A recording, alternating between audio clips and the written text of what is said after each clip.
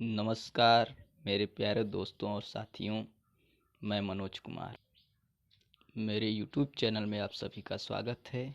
यहाँ पर हम आज आप लोगों के लिए लेकर आएंगे सीरीज सेकंड लेकर आ रहे हैं और इसमें बाल विकास एवं शिक्षा शास्त्र के टॉप 50 क्वेश्चन दिए जाएंगे।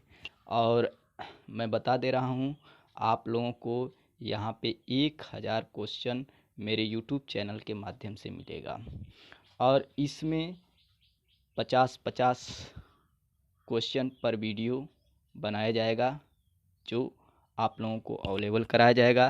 तो इसलिए अगर हमारा चैनल आप लोगों को अच्छा लगे तो ज़रूर लाइक करें, शेयर करें और मेरे चैनल को सब्सक्राइब कर लें। आइए हम लोग बिना समय गवाए क्वेश्चन की तरफ चलते हैं। तो पहला क्वेश्चन आपको दिया गया है जो हमारा इस प्रकार है। क्वेश्चन देखिए, बुद्धि का संज्ञानात्मक सिद्धांत किसने दिया था? तो ये उत्तर आपका आएगा जीन पियाजे ने। जो पहला क्वेश्चन है, ठीक है, बुद्धि का संज्ञानात्मक सिद्धांत किसने दिया था? जीन पियाजे ने। नेक्स्ट क्वेश्चन पे हम लोग चलते हैं। नेक्स्ट क्वेश्चन आपका क्वेश्चन नंबर दूसरा दे रखा है। अगला क्वेश्चन है, बुद्धि का संवेगात्मक विकास का सिद्धांत किसने दिया था? तो बुद्धि का जो संज्ञानात्मक विकास का सिद्धांत जो है ये गोलमैन ने दिया था।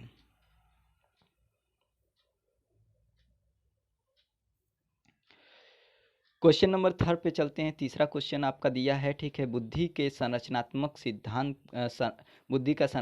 सिद्धांत किसने दिया था? तो ये उत्तर आपका आ जाएगा आइजैक जेंक ने। ये क्वेश्चन जो है आइजेंक ने दिया था, ठीक है। नेक्स्ट क्वेश्चन आपका चलते हैं हम क्वेश्चन नंबर 4 पर। जो क्वेश्चन नंबर 4 है, किशोर की सबसे नाजुक एवं संवेदनशील समस्या क्या होती है? किशोर की सबसे नाजुक एवं संवेदनशील समस्या जो होती है वो यौन संबंधित समस्या होती है। नेक्स्ट क्वेश्चन पे चलते हैं। क्वेश्चन नंबर 5 जो है, मानव विकास की किस अवस्था के बाद व्यक्ति परिपक्व हो जाता है? तो ये किशोरावस्था के बाद व्यक्ति जो होता है परिपक्व हो जाता है। किशोरावस्था जो होती है 12 से 18 वर्ष की अवस्था तक मानी गई है, ठीक है। तो इसके बाद व्यक्ति जो है परिपक्व अवस्था में पहुंच जाता है। क्वेश्चन नंबर 6 पर चलते हैं। क्वेश्चन नंबर 6 दिया है, शिक्षण की विभिन्न विधियों के प्रयोग के लिए कौन सी अवस्था सर्वाधिक उपयुक्त होती है?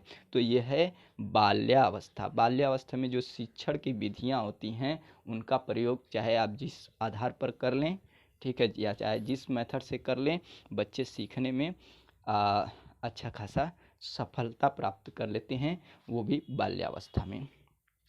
अगर किशोरावस्था या प्रौढ़ावस्था में अन्य विधियों को जैसे मान लीजिए कि अगर डांस कराया जा रहा है तो डांस में अगर मतलब और भी उनके शारीरिक मुड़ाव का जो ढांचा होता है तो वो नहीं हो पाएगा, ठीक है। वो बाल्यावस्था से ही सिखाएंगे तो वो संभव हो सकता है। तो इसलिए बाल्यावस्था सबसे अच्छी मानी जाती है।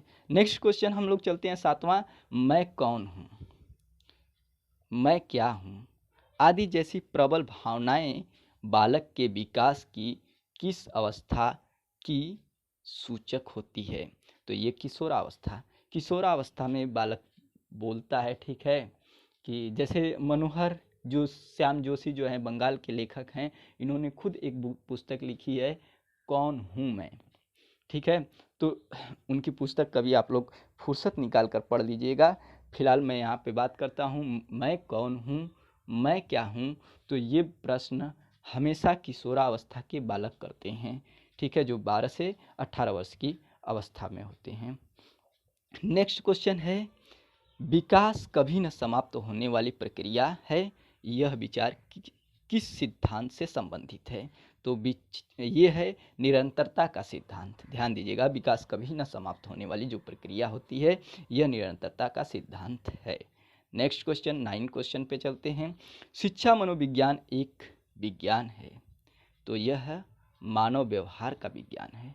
शिक्षा मनोविज्ञान की जो उपलब्धि मिली है ये मानव विज्ञान की है। इसके पहले भी आत्मा का और भी तमाम चीज़ों का दिया गया था, ठीक है। तो लास्ट में जो है ये मानव व्यवहार का विज्ञान कहा गया है, 20वीं शताब्दी में आया था। नेक्स्ट क्वेश्चन देखिए, क्वेश्चन नंबर 10वां जो है, विकास प्राणी में प्रगतिशील परिवर्तन है जो निश्चित लक्ष्यों की ओर निरंतर निर्देशित होता है, ठीक है। ये कथन ड्रेवर ने दिया था, ठीक है। विकास प्राणी में प्रगतिशील परिवर्तन है जो निश्चित लक्ष्यों को ओर निरंतर निर्देशित करता है, ठीक है। तो किसने दिया था? ड्रेवर ने। नेक्स्ट क्वेश्चन है, सीखने का सिद्धांत किसने दिया था? तो सीखने का सिद्धांत जो है थॉर्नडाइक ने दिया था। नेक्स्ट क्वेश्चन है, खेल पद्धति के जनक कौन हैं? तो खेल पद्धति के जो जनक हैं किलपैट्रिक को माना जाता है। नेक्स्ट क्वेश्चन है, ह्यूरिस्टिक पद्धति के जनक कौन हैं? तो ह्यूरिस्टिक पद्धति के जो जनक हैं आर्मस्ट्रांग को माना जाता है, आर्मस्ट्रांग जी को, ध्यान दीजिएगा। अगला क्वेश्चन पे चलते हैं। अगला क्वेश्चन है, प्रोजेक्ट पद्धति के जनक कौन हैं? तो प्रोजेक्ट पद्धति के जनक जो हैं, ठीक है, जॉन डेवी हैं। जॉन डेवी को ही प्रोजेक्ट पद्धति का जनक माना जाता है। क्वेश्चन नंबर 15 पे चलते हैं। अस्थाई मानव दांत कितने होते हैं? तो अस्थाई मानव दांत जो होते हैं वह अस्थाई जो मानव दांत होते हैं वो 20 होते हैं। अगर अस्थाई पूछ देगा तो वो 32 होते हैं, ठीक है। और एक क्वेश्चन और है, यही जो मनुष्य के जीवन में कभी कभी पूछा जाता है कि मनुष्य के जीवन में वो कौन से वस्तु है, ठीक है, कि जो वो कौन सा अंग है जो जीवन में 2 बार फ्री में मिलता है, ठीक है, बट तीसरी बार फ्री में नहीं मिलेगा, ठीक है। तो ये दांत जो है, ठीक है, 2 बार फ्री में मिलता है और इसके बाद ये कभी नहीं फ्री में मिलेगा। उसके बाद आप नकली लगवा सकते हैं, कोई बात नहीं, डॉक्टर से मिलकर। नेक्स्ट क्वेश्चन है, क्वेश्चन नंबर 16, शिशु के मस्तिष्क का वजन जो होता है कितना होता है? यह लगभग 350 ग्राम होता है, ठीक है। शिशु के मस्तिष्क का वजन ध्यान दीजिएगा, ठीक है, यह 350 ग्राम होता है। और नेक्स्ट क्वेश्चन है, मनुष्य के मस्तिष्क का कितना होता है? तो यह लगभग 1400 ग्राम होता है। यहाँ पे ध्यान दीजिएगा, शिशु का दिया है, ठीक है, शिशु का दिया है, ठीक है। और इसी तरह से जो आपका किशोरावस्था का आ जाएगा, ठीक है, तो उसमें जो होता है 1260 ग्राम का होता है, ये ध्यान दीजिएगा, ठीक है। किशोरावस्था में जो मस्तिष्क होता है तो उसका भार जो होता है वो है 1260 ग्राम होता है, ठीक है। और उस तरह से मनुष्य का जो होता है, मनुष्य के मस्तिष्क का वजन जो होता है वो लगभग 1400 ग्राम होता है। नेक्स्ट क्वेश्चन है, जीन पियाजे ने जेनेवा में किस की स्थापना की थी? तो उन्होंने जेनेवा में जो है लेबोरेटरी स्कूल की स्थापना की, जिसमें उन्होंने मनोविज्ञान के कई प्रयोग किए। नेक्स्ट क्वेश्चन पे चलते हैं। नेक्स्ट क्वेश्चन जो है जो दिया है आपका 19वां, जीन पियाजे के द्वारा रचित पुस्तक का नाम क्या है? तो जीन पियाजे के द्वारा रचित पुस्तक जो है the language and thought of the child है। यह पुस्तक उन्होंने 1923 ईस्वी में लिखी थी, ध्यान दीजिएगा, 1923 ईस्वी में। नेक्स्ट क्वेश्चन है 20, जीन पियाजे ने संज्ञानात्मक विकास को ध्यान में रखते हुए बालक की कितनी अवस्था बतलाई? तो जीन पियाजे ने संज्ञानात्मक विकास को ध्यान में रखते हुए बालक की जो है ये 4 अवस्थाएं उन्होंने बताई है, ध्यान दीजिएगा, 4 अवस्थाएं। कितनी अवस्थाएं? 4 अवस्थाएं। तो पहला है संवेदी अवस्था, संवेदी गत्यात्मक अवस्था, जो जन्म से लेकर 2 वर्ष तक मानी गई है। जन्म जब बालक पैदा होता है तो जन्म से लेकर इसकी 2 वर्ष तक मानी गई है, ये संवेदी गत्यात्मक अवस्था है। दूसरा पूर्व संक्रियात्मक अवस्था है, यह 2 से 7 वर्ष मानी गई है पूर्व संक्रियात्मक अवस्था को। नेक्स्ट तीसरा जो है आपका ठोस मूर्त संक्रियात्मक अवस्था है, ये 7 से 11 वर्ष तक। और चौथा जो है औपचारिक क्रियात्मक संक्रियात्मक अवस्था है, जो 11 से 18 वर्ष तक मानी गई है, 11 से 18 वर्ष तक औपचारिक संक्रियात्मक अवस्था। तो इस तरह से जीन पियाजे ने संज्ञानात्मक विकास को ध्यान में रखते हुए बालक की 4 अवस्थाओं का वर्णन किया है। नेक्स्ट क्वेश्चन पे चलते हैं, क्वेश्चन नंबर 21 पर। क्वेश्चन नंबर 21 है, बच्चों में बौद्धिक विकास की 4 विशिष्ट अवस्थाओं की पहचान की गई है। तो ये जो है पियाजे द्वारा किया गया था, ठीक है। नेक्स्ट क्वेश्चन नंबर 22 जो है, विकास कभी न समाप्त होने वाली प्रक्रिया है, ठीक है। यह विचार किसने दिया था? तो यह विचार किससे संबंधित है? तो यह निरंतरता का सिद्धांत से संबंधित है, ठीक है। तो आप विकास कभी न समाप्त होने वाली प्रक्रिया है, निरंतरता का सिद्धांत से संबंधित है। नेक्स्ट क्वेश्चन है, प्राथमिक स्तर पर एक शिक्षक में निम्न में से किससे सबसे महत्वपूर्ण विशेषता मानना चाहिए, ठीक है। तो जो उसमें सबसे महत्वपूर्ण विशेषता होती है वो धैर्य और दृढ़ता होती है, ठीक है। अगर धैर्य है, ठीक है, आपके पास दृढ़ता है, तो ये सबसे अहम प्राथमिक स्तर के शिक्षक में होना चाहिए, ठीक है। अगला हम बात करते हैं, उत्तर बाल्यावस्था में बालक भौतिक वस्तुओं के किस आवश्यक तत्वों में परिवर्तन समझने लगते हैं? तो बिल्कुल ध्यान दीजिएगा, द्रव्यमान संख्या और क्षेत्र में, ठीक है। ये भौतिक वस्तुओं के आवश्यक तत्वों में परिवर्तन समझने लगते हैं, ठीक है। आगे देखिएगा, मतलब इसके कहने का मतलब है कि उत्तर बाल्यावस्था में जो बालक भौतिक वस्तुओं के किसी आवश्यक तत्वों में परिवर्तन समझने लगते हैं। जैसे कि एक छोटा सा बच्चा है, ठीक है, जब कहीं गिर जाता है अगर चलते वक्त, तो उसको पता नहीं होता है और उसकी मम्मी आती है ऐसे दौड़ते हुए, ठीक है, बालक को उठाती है और बालक रोने लगता है, तो उसकी मम्मी क्या करती है, उस वस्तु को मारती है, 2-4 पटाखा देती है, ठीक है। तो बालक क्या होता है, शांत हो जाता है कि ये क्या है, मतलब उस वस्तु को, तो उसको पता नहीं होता है कि उस वस्तु को मम्मी मार रही है, तो उसको संतुष्टि मिल जाती है, बट उसको पता नहीं कि वो जीव है या निर्जीव है, ठीक है। तो यहाँ पर उसी चीज़ों को, ठीक है, आवश्यक तत्वों में परिवर्तन जब समझने लगता है, तो वो द्रव्यमान में भी समझने लगता है। अगर 2 गिलास है, एक गिलास बड़ी है और गिलास छोटी है, तो उसमें भी वो छोटी सी गिलास में, अगर वो छोटी गिलास है बट चौड़ी है, उसमें अगर पानी ज़्यादा आ रहा है, ठीक है, लेकिन वो बड़ी वाली को वो बताएगा, ठीक है, कि ये बड़ी वाली ज़्यादा है, ठीक है। तो इस चीज़ों को मतलब उसमें देखने पर उसको बड़ी वाले में बताएगा कि ज़्यादा आएगा, ठीक है, छोटी वाले में कम आएगा, ठीक है। जबकि छोटी वाली चौड़ी है, बड़ी वाली पतली है, ठीक है। दोनों में मान लीजिए कभी समान भी आ सकता है और किसी में असमान कम बेसी आ जा सकता है। तो ये इसका ज्ञान जो होता है उत्तर बाल्यावस्था के में भौतिक वस्तुओं का ज्ञान होता है, ठीक है। नेक्स्ट क्वेश्चन चलते हैं, क्वेश्चन नंबर 25 पर। दूसरे वर्ष के अंत तक शिशु का शब्द भंडारण हो जाता है। तो देखिए, दूसरे वर्ष में, पहले वर्ष में तो पता नहीं बोल पाता है कि नहीं, बच्चे कहीं मतलब टा टा पा पा इस तरह से कर लेते हैं, बट दूसरे वर्ष में उनके पास जो होता है 100 शब्द आ जाते हैं, ठीक है।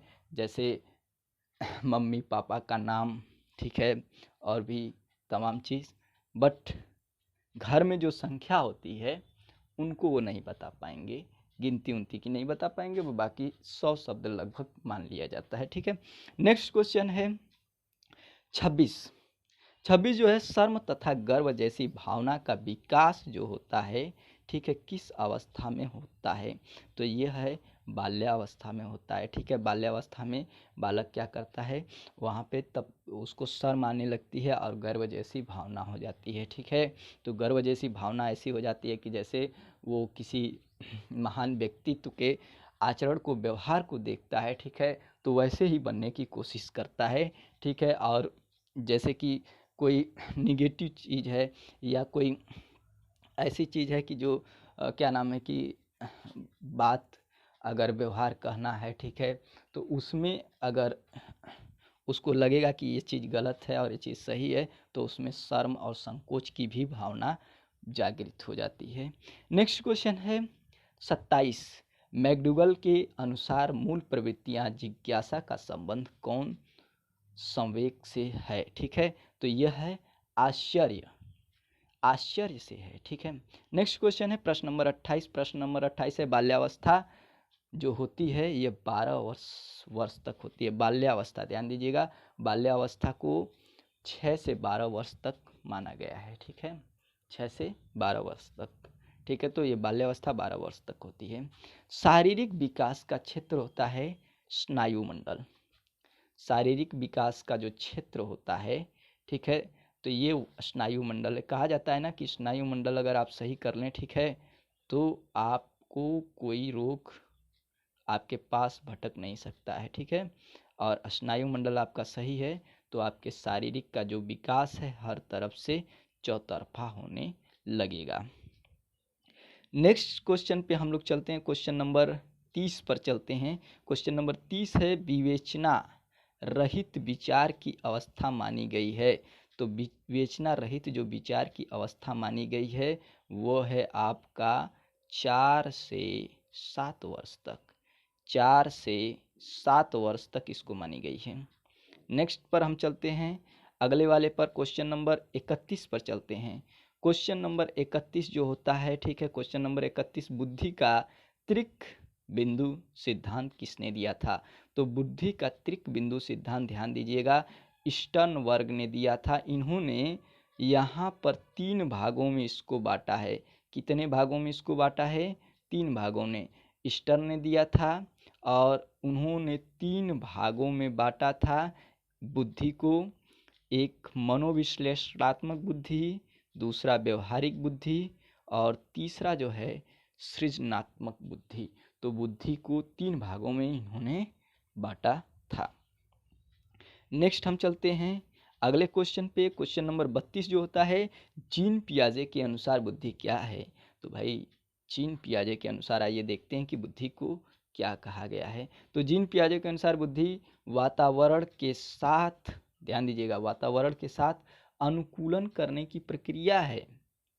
जीन पियाजे ने कहा था कि वातावरण जैसा होगा उसी तरह से मनुष्य जो है अपने व्यवहार और शारीरिक वातावरण में परिवर्तन कर लेता है। ठीक है, समायोजन कर लेता है, तो वही अनुकूलन कर लेता है, तो वही मतलब बुद्धि है। ठीक है, आगे चलते हैं अल्फ्रेड बीने के अनुसार।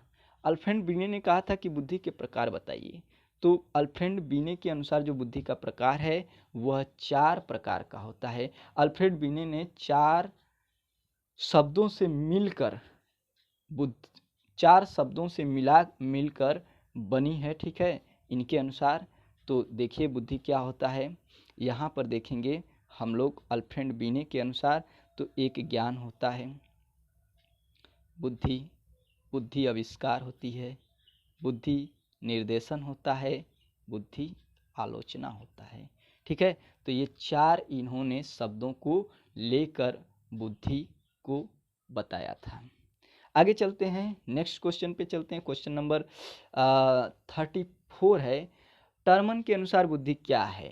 भाई टर्मन ने बताया था कि बुद्धि जो होती है क्या होती है। तो टर्मन के द्वारा देखिएगा, ध्यान से सुनिएगा, बिल्कुल ध्यान से। ये टर्मन जी कह रहे थे कि बुद्धि जो होती है अमूर्त, बुद्धि जो होती है अमूर्त विचारों के बारे में, अमूर्त विचारों के बारे में सोचने की योग्यता होती है। यानी कि कोई वस्तु है, ठीक है, अब हम लोग इमेज करते हैं, ठीक है, सोचते हैं, उसके बारे में सोचते हैं, ठीक है, कि जिसके बारे में जानकारी न हो और वहाँ तक हासिल करने के लिए सोचते हैं।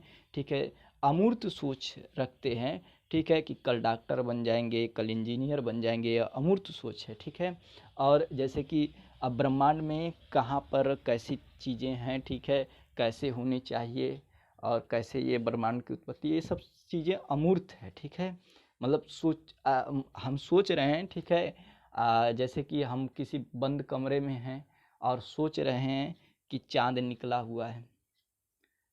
तो हम भाई चांद को तो हमने देखा है, ठीक है, लेकिन वहाँ पे अमूर्त रूप से सोच रहे हैं। ठीक है, तो ये चीज़ें हैं। तो ये आपका बुद्धि की परिभाषा हो गई सोचने की। ये किसके अनुसार थी? टर्मन के अनुसार थी। स्टर्न के अनुसार बुद्धि क्या की क्या परिभाषा है? स्टर्न ने बताया था कि बुद्धि एक सामान्य योग्यता है जिसके द्वारा व्यक्ति नई परिस्थितियों के साथ समायोजन करता है। ठीक है, तो ये देखिएगा कि नई परिस्थितियां जब भी मनुष्य के जीवन में आती है और उस परिस्थितियों का वो समायोजन कर लेता है तो उसी को हम बुद्धि कहते हैं। ठीक है, तो ये था। ठीक है, जो अच्छा खासा। अब देखिए क्वेश्चन नंबर नेक्स्ट चलते हैं। बकिंघम के अनुसार बुद्धि की क्या परिभाषा है?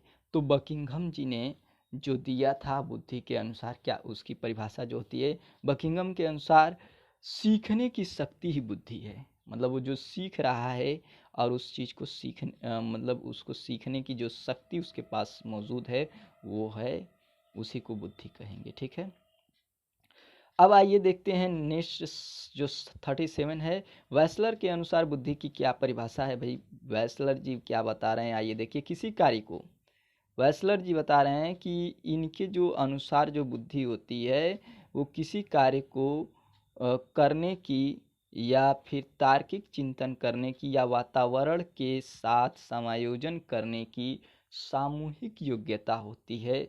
इसी को हम मतलब ये बैचलर का कथन है, इसी को हम बुद्धि कहते हैं। ठीक है, नेक्स्ट क्वेश्चन है सामान्यतः बुद्धि कितने प्रकार की होती है? तो सामान्यतः बुद्धि जो होती है वो 3 प्रकार की होती है। ठीक है, एक अमूर्त बुद्धि होती है जिसमें व्यक्ति जो होता है कल्पना करता है, कहानियों को कल्पना करता है, तमाम चीज़ों को कल्पना करके वो बताता है, बता सकता है। ठीक है, तो ये कल्पना हो गया। ठीक है, तो इसको अमूर्त बुद्धि कहते हैं। मूर्त बुद्धि या यांत्रिक बुद्धि, तो मूर्त बुद्धि या यांत्रिक बुद्धि वो बुद्धि होती है जैसे इंजीनियर हो गए, डॉक्टर हो गए। ठीक है, तो इन लोगों के पास जो होता है ये मूर्त बुद्धि होती है, यांत्रिक बुद्धि होती है। ठीक है, ये सामने रखी चीज़ों को, ठीक है, उसके बारे में सोच समझ कर और उसके अनुसार कार्य कर सकते हैं।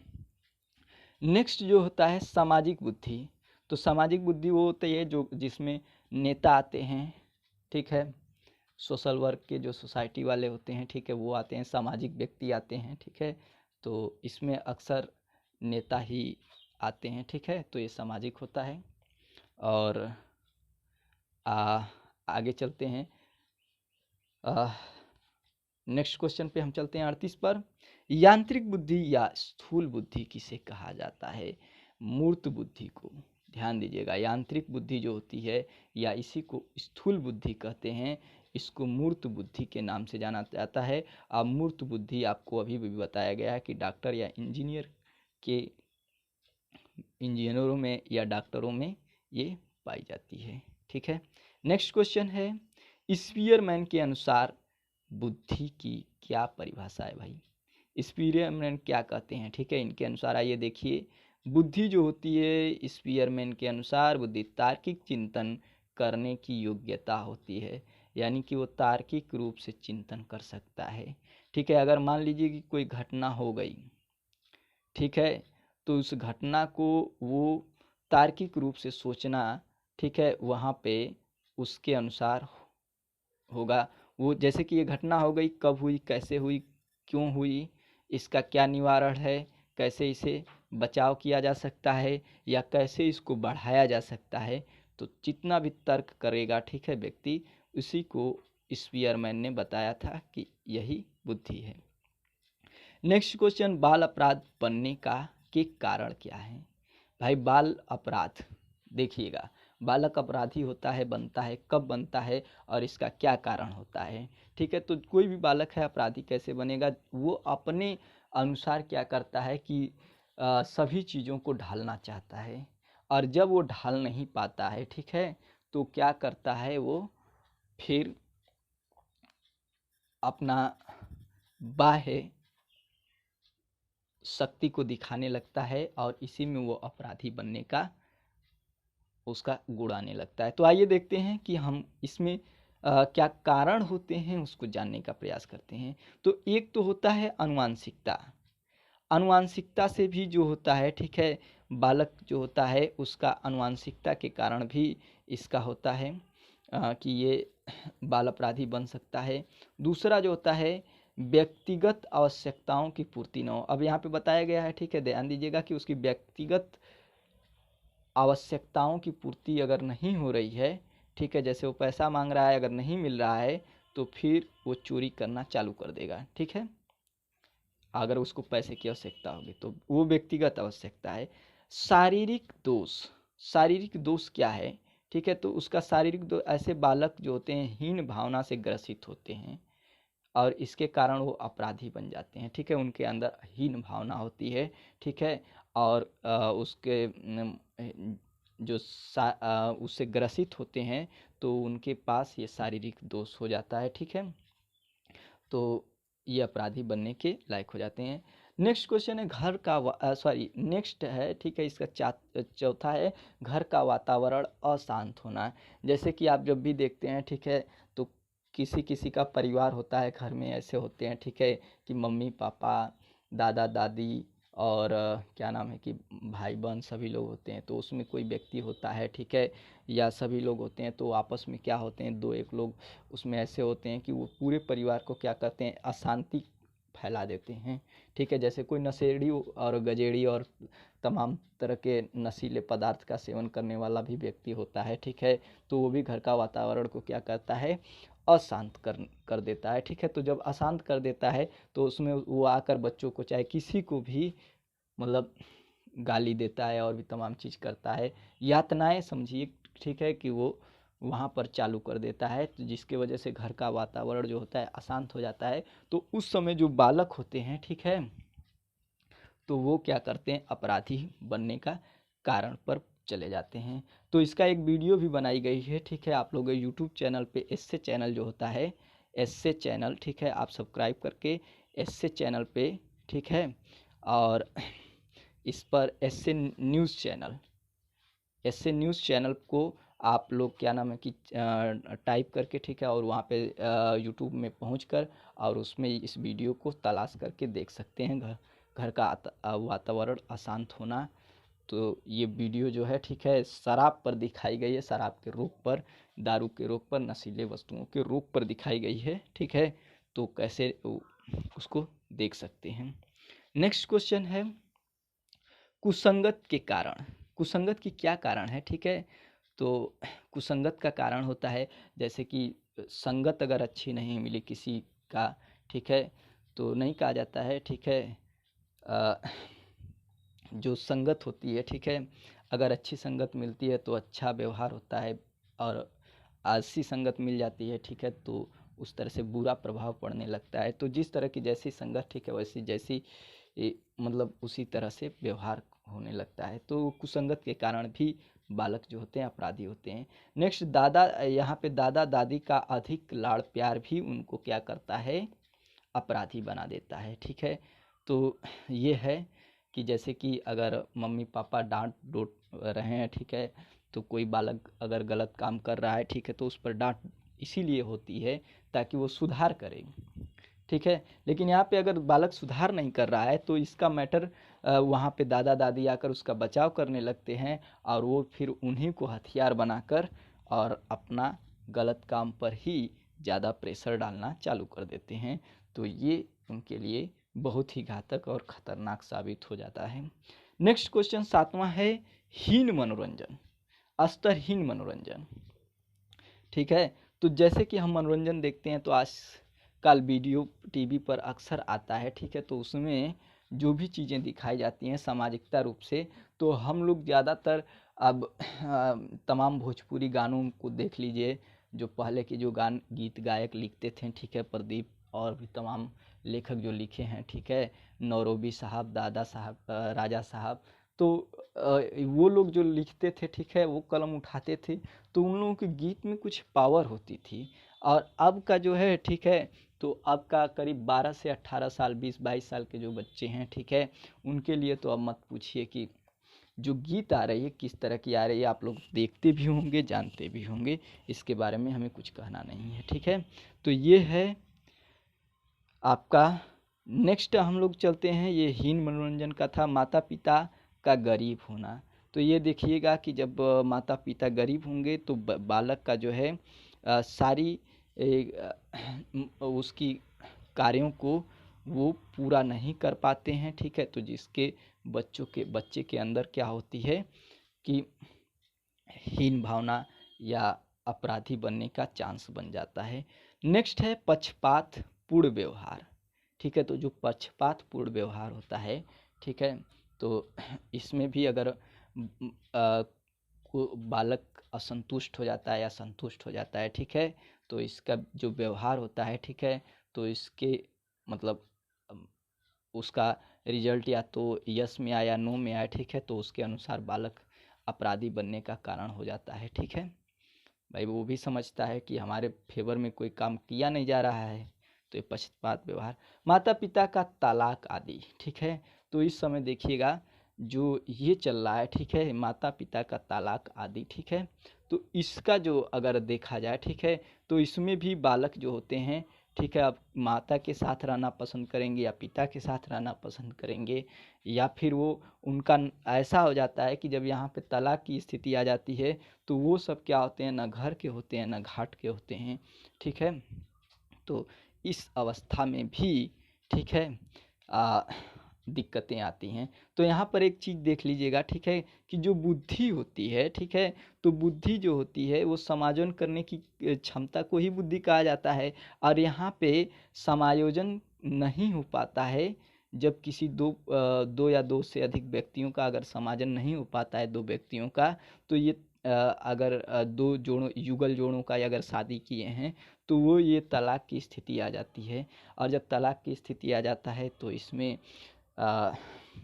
सामाजिकता या तो कोर्ट का सहारा लेना पड़ता है या अन्य चीज़ों का सहारा लेना पड़ता है, ठीक है। तो यहाँ पे बुद्धि का विकास बिल्कुल हीन की तरफ जा रहा है, जहाँ पर देखे जाएंगे, ठीक है, अगर कोर्ट में चल जाएं तो आपको ऐसे देखने को मिलेगा, ठीक है, कि जैसे अस्पताल में मरीज गिरते हैं, इस तरह से कोर्ट में ये तलाक का मैटर ज़्यादा दिखता है, ठीक है। तो यही इसीलिए पढ़ाया जाता है, शिक्षित किया जाता है व्यक्ति को कि ताकि वो बुद्धि के हिसाब से ही हर एक चीज़ को, हर एक परिस्थिति को समायोजन करके और अपनी ज़िंदगी का अच्छे ढंग से निर्वाह करे, ठीक है, और उसको सुचारू रूप से चलाएं। आगे चलते हैं, नेक्स्ट क्वेश्चन पे हम चलते हैं। अगला क्वेश्चन है 42। जल्दी ही हम लोग 50 को कवर करने वाले हैं, तो बने रहिए हमारे यूट्यूब चैनल पर। नींद उद आ रही तो भाई मुंह धुल लीजिए, ठीक है। आगे चलते हैं, बाल अपराधियों के उपचार क्या क्या हैं, ठीक है। तो ध्यान दीजिएगा, मनोवैज्ञानिक विधि, शास्त्रीय विधि, वैधानिक विधि, ठीक है। तो ये बाल अपराधियों के उपचार का है, ठीक है। तो देखिएगा मनोवैज्ञानिक विधि क्या है, ठीक है भाई, कि अगर कोई बालक अपराध कर रहा है, ठीक है, तो अगर कोई अपराध कर रहा है तो सबसे पहले मनोवैज्ञानिक विधि है, उसको जानते हैं, ठीक है, समझते हैं कि ये उसके जो अपराध करने की भावना ये कहाँ से उत्पन्न होती है। तो मनोवैज्ञानिक ये उसको उसके कथन के अनुसार, उसके शारीरिक हाव भाव के अनुसार उसको देखकर पहचानते हैं, ठीक है। तो ये लक्षण उसको पहचानते हैं कि क्या ये कहीं उसके माता पिता से नहीं न है या फिर ये बाह्य कारक द्वारा आया है, ठीक है। तो अगर माता पिता का वंशानुगत होगा, ठीक है, तो उसका भी उपचार कर सकते हैं ये, और अगर बाह्य रूप से आया है तो उसका भी उपचार किया जा सकता है। तो उसका उपचार करने के लिए अगर वो उसके शारीरिक चीज़ों में अधिक रूप से परिवर्तन नहीं हो पा रहा है, ठीक है, माता पिता कंट्रोल नहीं कर पा रहे हैं, तो वो मनोवैज्ञानिक से मतलब इसका निदान करवा सकते हैं, ठीक है। तो मनोवैज्ञानिक का जैसे कि अगर किसी का है, ठीक है, कोई व्यक्ति है और वो ऐसी गलत चीज़ों का लत लग गई है, ठीक है, तो उसको ये छुड़ाने में कामयाब होते हैं। या तो उसको उस टाइप का वो क्या होता है कि बालक जो होते हैं, ठीक है, तो उनके शारीरिक जो बनावट होती है, जो ढांचा होती है, ठीक है, अगर उसके अंतर्गत, ठीक है, अगर उसका जो तीव्र वेग हो जाता है, ठीक है, तो उस वेग को कंट्रोल करने के लिए उसके अंदर शारीरिक चिड़चिड़ापन आ जाता है, ठीक है, जिससे ये आपराधिक कारण भी हो सकते हैं। ऊपर अभी आपराधिक कारण का देखे हैं तो उसको ये मनोवैज्ञानिक जो होते हैं उस ढांचा को देखकर समझकर सोचकर, ठीक है, तो ये उसका उपचार करते हैं, ठीक है। तो इस तरह से हाँ, कभी कभी क्या होता है, हार्मोनल चेंज की वजह से भी बालक अपराधी के कगार पर हो जाते हैं, ठीक है। तो वहाँ पर इनके जो इंजेक्शंस दिए जाते हैं, ठीक है, तो उससे भी ये कार्य कर सकते हैं। आगे देखते हैं शास्त्रीय विधि, समाज शास्त्रीय विधि। समाज शास्त्रीय विधि क्या होता है कि जो समाज होता है, ठीक है, तो सामाजिक जो घटनाएं होती हैं, ठीक है, सामाजिक रूप से अगर व्यक्ति क्या नाम है कि वो बालक जो है अपना सारी विधियों को या एक दूसरे को अगर समाज से ही वो ग्रहण करके अगर वो बाल अपराधी हो जाता है, तो समाज शास्त्रीय विधि का इस्तेमाल समाज के जो लोग हैं, ठीक है, जो समाज शास्त्र से संबंधित हैं, तो उसको उनके द्वारा लेकर, ठीक है, उस बालक के जो आपराधिक प्रवृत्ति है, ठीक है, तो उसको यहाँ निदान किया जा सकता है। और एक होता है वैधानिक विधि, ठीक है। तो वैधानिक विधि जो होता है, ठीक है, ये विधानों द्वारा, ठीक है, कि हमें क्या करना चाहिए क्या नहीं करना चाहिए, तो कुछ विधियाँ बना दी गई हैं, ठीक है। जैसे कि हम लोग हमारा संविधान बनाया गया है, ठीक है, तो उसमें विधियाँ भी बनाई गई हैं, ठीक है, कि क्या क्या है, कब क्या करना चाहिए, ठीक है। तो ये वैधानिक विधि है। जैसे कि अगर बालक है, ठीक है, तो बालक के या माता पिता के पास पैसे नहीं है, ठीक है, बालक को पढ़ाना चाहता है, अब बालक पढ़ना चाहता है, ठीक है, तो 6 से 14 साल के बच्चों को क्या किया गया है, ये निःशुल्क शिक्षा प्रदान की जाती है, ठीक है। तो ये एक वैधानिक विधि बना दिया गया है, ठीक है, जिससे कि लाभ मिल सके। और क्या होता है कि जो बच्चे होते हैं, ठीक है, तो उनकी शादी वादी कराई जाती हैं, बच्चियाँ जो होती हैं, ठीक है, तो उनके लिए भी सरकार जो है तमाम योजनाएं निकाला है। तो ये वैधानिक विधि हो गई, ठीक है। तो इस तरह से जो हम बात करेंगे, ठीक है, तो ये हमारा बाल अपराध रोकने का ये या अपराधियों के उपचार का कारण है, ठीक है। आगे देखते हैं समस्याग्रस्त बालक कौन से होते हैं। तो समस्याग्रस्त बालक जो होते हैं वे बालक जिनके व्यवहार में ऐसी कोई असामान्य बात होती है जिनके कारण वो समस्याग्रस्त बालक बन जाते हैं। जैसे कक्षा में देर से आना, कक्षा में अगर देर से आते हैं, ठीक है, और स्कूल से जाना, कक्षा में अधिक बातें करना, ठीक है, और अधिक क्रियाशील होना, गृह कार्य करके न आना, कक्षा में पढ़ाई में ध्यान न लगाना, तो ये समस्याग्रस्त बालक होते हैं, ठीक है, जो मतलब इन सभी चीज़ों से काम में आते हैं, ठीक है। तो ये बात ध्यान से समझिएगा। नेक्स्ट क्वेश्चन हम लोग चलते हैं अगला क्वेश्चन की तरफ। तो हमारा अगला क्वेश्चन जो है 44 है, समस्याग्रस्त बालकों की समस्या शिक्षक द्वारा कैसे दूर की जा सकती है। तो ध्यान दीजिएगा, शिक्षक जो होता है, ठीक है, शिक्षक को चाहिए कि ऐसे बालकों को अलग बिठाए और सबसे आगे बैठाए, अलग भी बैठाए और सबसे आगे भी बैठाए, ताकि अलग इसलिए बैठाए कि वो एक दूसरे से बातें न कर सके, और सबसे आगे बैठाए कि वो पीछे न देख सके और ध्यान उसका बोर्ड पर ही रहे। शिक्षक को स्वयं बालक की समस्या को कारणों का पता लगाना चाहिए, ठीक है। मतलब शिक्षक को क्या करना चाहिए कि खुद ब खुद जो है बच्चे की जो समस्या है, ठीक है, उसके कारणों का पता लगाना चाहिए, ठीक है, और उसे दूर करना चाहिए, ठीक है। शिक्षक की जिम्मेदारी है, ठीक है। शिक्षक को ऐसे बालकों के घर जाकर, ठीक है, उसकी समस्या का पता लगाना चाहिए, ठीक है, कि आखिर में ये समस्या क्या आती है, ठीक है। लेकिन होता क्या है कि अब मतलब देखते हैं, ठीक है, तो समस्या क्या होती है, शेयर नहीं करना चाहते हैं, ठीक है। भाई कोई भी है, ठीक है, तो हर सभी लोग जो होते हैं, ठीक है, मान मर्यादा रखते हैं, तो बच्चों का जो आपराधिक गुण है, ठीक है, उसको वो लोग कम शेयर करना चाहते हैं, ठीक है। और अक्सर सुनने में ये मिलता है कि बालक पढ़ाई नहीं करता है, ये हमेशा घूमता है, खेलता है, कूदता है, ठीक है। तो ये सब तो आम बातें हैं, ठीक है, भाई बच्चा है तो खेलेगा कूदेगा ही, लेकिन आखिर में और भी समस्याएं हैं, ठीक है, जिनको शेयर करके, ठीक है, तो खेलना कूदना तो ये जनरली है, ठीक है, कि बालक खेलेगा कूदेगा, ठीक है, तो उससे भी शारीरिक क्षमता बढ़ती है, ठीक है, उसका जो स्टेमिना भी बढ़ता है, ठीक है, कार्य करने की क्षमता भी बढ़ती है, खेलने कूदने से उसके शारीरिक विकास भी होता है, ठीक है। तो इसमें हम शिक्षक इस पर एक्शन नहीं लेता है, बट जो है ठीक है कि और भी तमाम जो हैं, अगर बालक के अंदर निगेटिव गुण हैं, ठीक है, तो उसको दूर करने के लिए अगर वो पूछता है, ठीक है, तो परिवार वाले जानते भी हैं, ठीक है, बट उसको सही से शेयर नहीं कर पाते हैं, और जिससे कि क्या होता है कि वो दिक्कतें बढ़ जाती हैं, ठीक है।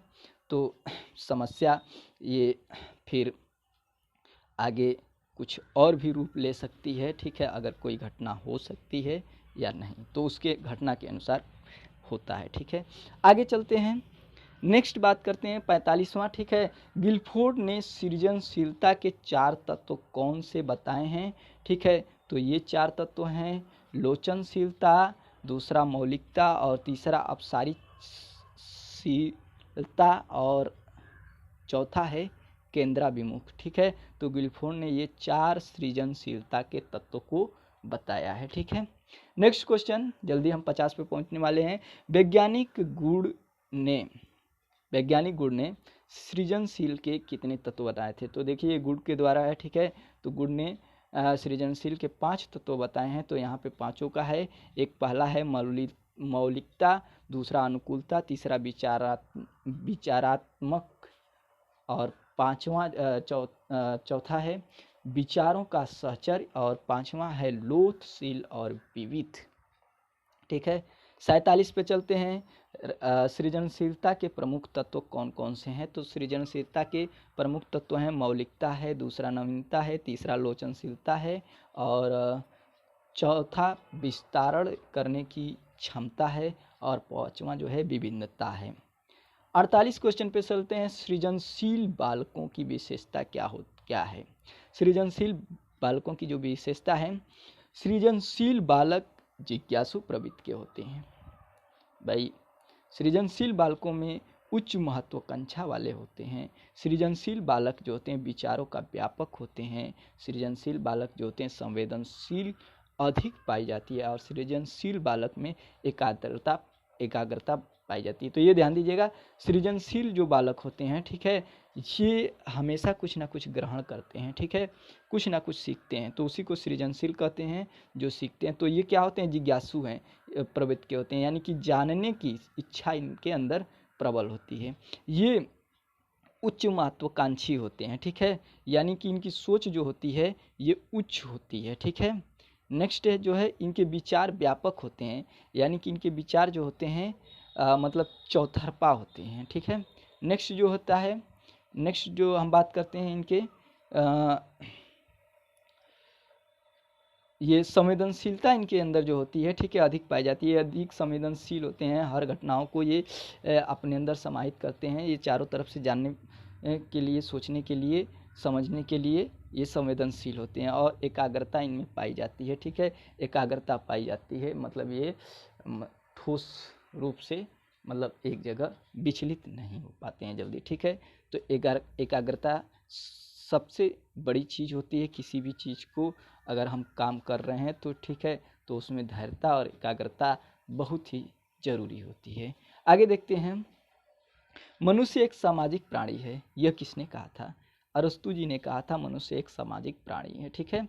नेक्स्ट क्वेश्चन है, बालक के समाजीकरण की पहली पाठशाला कौन सी होती है। तो ध्यान दीजिएगा, पहली पाठशाला जो होती है बालक के समाजीकरण का, यानी कि जो समाज में रह रहा है, ठीक है, तो उसके जो पहली पाठशाला होगी, ठीक है, तो उसके जो समाज में रहने के जो पहली पाठशाला होती है, ठीक है, तो यहाँ पे आपका ऑप्शन के अनुसार देता है, ठीक है, तो बट यहाँ पर आपका देखिएगा, यहाँ पे जो दिया है, ठीक है, पहली आपकी जो होगी, ठीक है, वो क्या होगी, पहली घर परिवार। ध्यान दीजिएगा, क्वेश्चन नंबर दूसरी पूछ देगा, ठीक है, तो दूसरी खेल का मैदान होता है, और तीसरी जो होता है उसका स्कूल होता है। यानी कि पहले घर में ही बच्चा रहकर सामाजिक क्रियाओं को सीखता है, फिर उसके बाद अगर दूसरा खेल के मैदान में अपने भाई बहन बंधु से, ठीक है, दादा दादी या किसी से खेल के मैदान में पहुंच गया, खेल रहा है चाचा चाची अंकल किसी के साथ, ठीक है, तो वहाँ भी समाजीकरण का सीख सकता है। और तीसरा जो है वो आपका विद्यालय में अंतिम रूप से वो सीखता है। ठीक है, तो इस तरह से वो समाजीकरण का समायोजन करता है। आगे चलते हैं नेक्स्ट क्वेश्चन पे। क्वेश्चन यहीं पर आपका 50 क्वेश्चन खत्म हो गया, सबसे महत्वपूर्ण था। ठीक है, तो अब हम लोग मिलेंगे अगले वीडियो में। ठीक है, तब तक के लिए मनुष्य को दीजिए इजाज़त। नमस्कार।